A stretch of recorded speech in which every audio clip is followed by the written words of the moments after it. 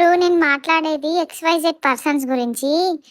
మేము బక్కగుంటే వీళ్ళమ్మ చక్కగా పాలియ్యదు, ఈ పిల్లగాన్ని పట్టించుకోదు, అందుకే ఇట్లా బక్కగా అయితండు అని అంటారు. ఒకవేళ మేము మంచిగా లడ్డుకు లడ్డు ఉంటే వీళ్ళమ్మ ఇష్టం ఉన్నట్టు తింటది, అన్ని ఏది పడితే అదే తింటది, జంక్ ఫుడ్లు తింటది, అందుకే పిల్లగాడు ఇష్టం ఉన్నట్టు లావుగా అయితండు అని అంటారు. పన్నా, లేచినా, కుసున్నా, తిన్నా, తినకున్నా, పిత్తినా, దగ్గినా, తుమ్మినా అన్నిటికీ కన్న తల్లే రీజన్ అని అంటారు కదా.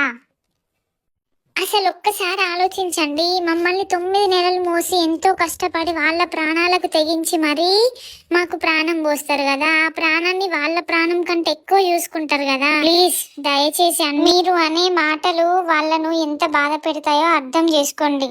దయచేసి వీలుంటే చిన్నపిల్లలు ఉన్న అమ్మలకి హెల్ప్ చేయండి, లేదంటే మీ పని మీరు చేసుకోండి చక్కగా. అట్లనే నేను చెప్పిన మాటలన్నీ కోపం తెచ్చుకోకుండా ఈ వీడియోని లైక్ చేసి షేర్ చేయండి.